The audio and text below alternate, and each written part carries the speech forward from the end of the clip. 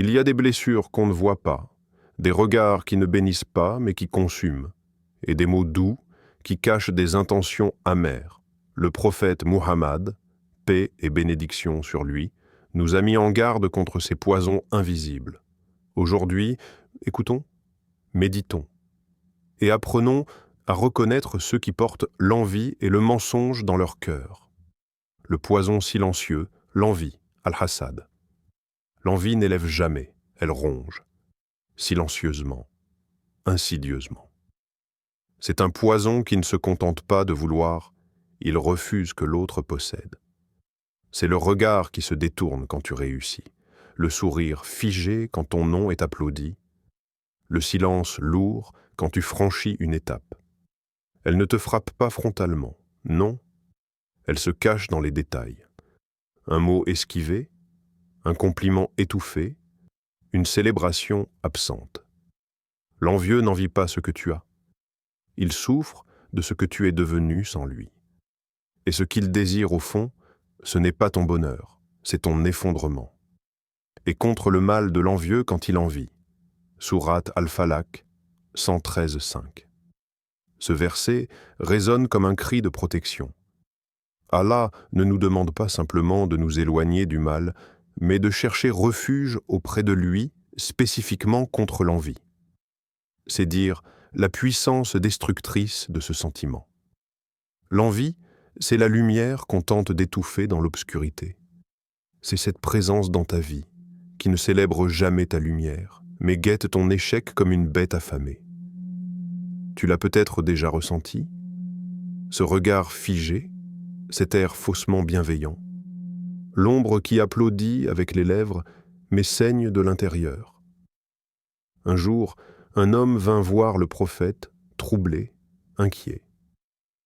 Il dit « Ô messager d'Allah, un tel me sourit, mais son regard me transperce comme une flèche. » Et le prophète répondit « L'envie est le feu qui consume les bonnes actions, comme le feu consume le bois. » Imagine tes efforts, tes prières, tes jeûnes, consumés simplement parce que tu n'as pas su purifier ton cœur. L'envie n'est pas seulement un mal social, c'est un piège spirituel. Un poison à double tranchant. Il détruit celui qui le porte et tente d'atteindre celui qu'il cible. Et toi, qui t'entoure? Qui célèbre sincèrement ton élévation? Qui t'applaudit quand Allah te comble? Regarde autour de toi. Est-ce que ce sont des flammes déguisées en lanternes ou des cœurs qui prient pour toi-même en ton absence? Le mensonge en habit de vérité. Le mensonge, le vrai, ne crie pas. Il ne frappe pas la porte. Il entre par la fenêtre, déguisé, parfumé, poli. Il te serre la main avec chaleur, pendant qu'il glisse le doute sous ton tapis. Ce n'est pas toujours l'ennemi qui ment. Parfois, c'est le frère, l'ami, celui qui connaît ton cœur, mais choisit de le trahir avec un sourire. Ce sont les paroles bien tournées, les conseils enrobés, les compliments dosés au gramme près. Le mensonge ne se cache plus, il s'habille, il parade, il parle fort de vérité, mais agit dans l'ombre. Ils cherchent à tromper Allah et les croyants, mais ils ne trompent qu'eux-mêmes et ils ne s'en rendent pas compte. Il y a dans leur cœur une maladie, Sourate Al-Baqarah, de 9 à 10. Ceux qui mentent pensent en jouer un rôle. Ils oublient qu'ils sont vus, même dans le silence. Allah regarde, même quand les intentions se chuchotent à l'intérieur. Et toi, combien de fois as-tu ignoré ton intuition, ce frisson léger, cette gêne au fond du ventre par peur d'être injuste, par crainte de juger? Tu as peut-être donné le bénéfice du doute, à un doute qui n'en valait pas la peine. Il existe des signes discrets, invisibles à l'œil inattentif. Celui qui te questionne, mais ne t'écoute jamais. Celui qui rit avec toi, mais se tait quand tu tombes. Celui qui parle haut de foi, mais sa langue découpe des réputations. Celui qui imite ton style, mais nie jusqu'à ton essence. Ils sont là, partout. Magnifiques à l'extérieur, soigneusement arrangés. Leur discours charme, leur posture impressionne. Quand tu les vois, leur corps t'émerveille. Et s'ils parlent, Tu écoutes leurs paroles. Pourtant, ils sont comme des bûches appuyées. Sourate Al-Munafiqun 63:4. Derrière la prestance, l'illusion. Derrière l'aisance, l'hypocrisie. Ils n'ont pas d'ancrage. Comme des bûches appuyées contre un mur, solides en apparence, mais prêtes à tomber si le vent se lève, le mensonge maquillé ne devient jamais vérité. Et ton cœur, c'est souvent avant ta raison. Apprends à écouter ce qu'il murmure, dans le silence des gestes. Protection divine et un retour vers Allah.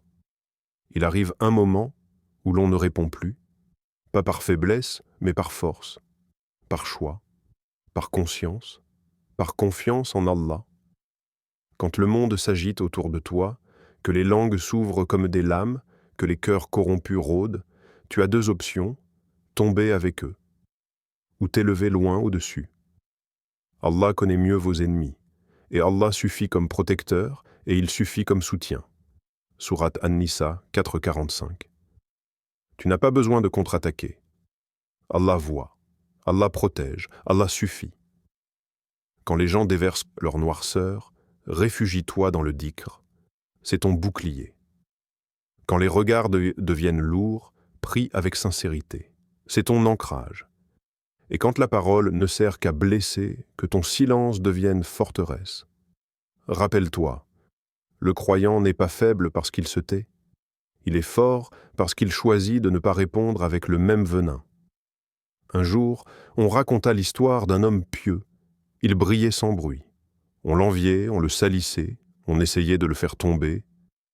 Alors, quelqu'un lui demanda « Pourquoi ne réponds-tu jamais à ceux qui te calomnient ?»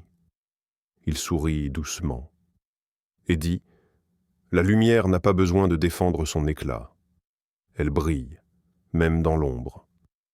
Voilà le secret. Ne cherche pas à te justifier devant ceux qui sont décidés à mal te lire. Le soleil ne s'explique pas à ceux qui ferment les yeux.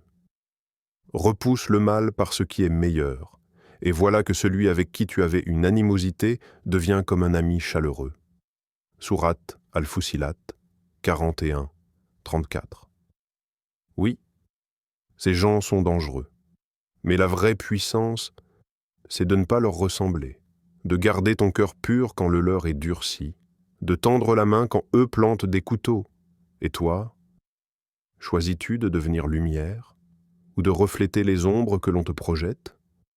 Message spirituel final, Ya Allah, protège nos cœurs de l'envie, purifie nos intentions et fais de nous des âmes sincères, douces et ancrées dans ta vérité.